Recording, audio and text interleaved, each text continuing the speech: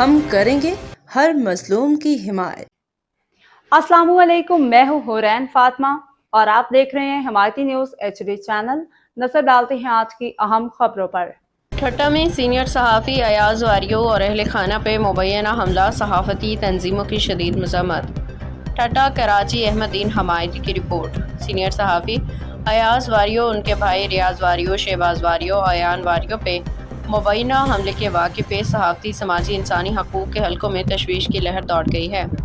Pakistan media council district مری registered نے اپنے ایک مذمتی بیان میں واقعے کی شدید الفاظ میں مذمت کرتے ہوئے کہا کہ صحافی اور ان کے اہل خانہ پہ حملہ نہ صرف افسوسناک بلکہ یہ آزادی صحافت، اظہار رائے اور بنیادی شہری حقوق پہ حملے کے مترادف ہے۔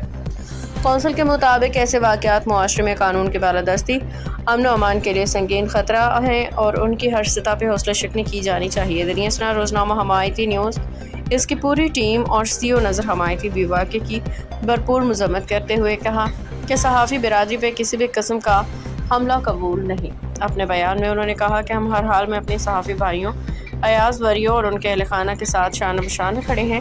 صحافیوں کے تحفظ، آزادی صحافت اور انصاف کی فراہمی کے لیے ہر ممکن آواز بلند کی جائے گی۔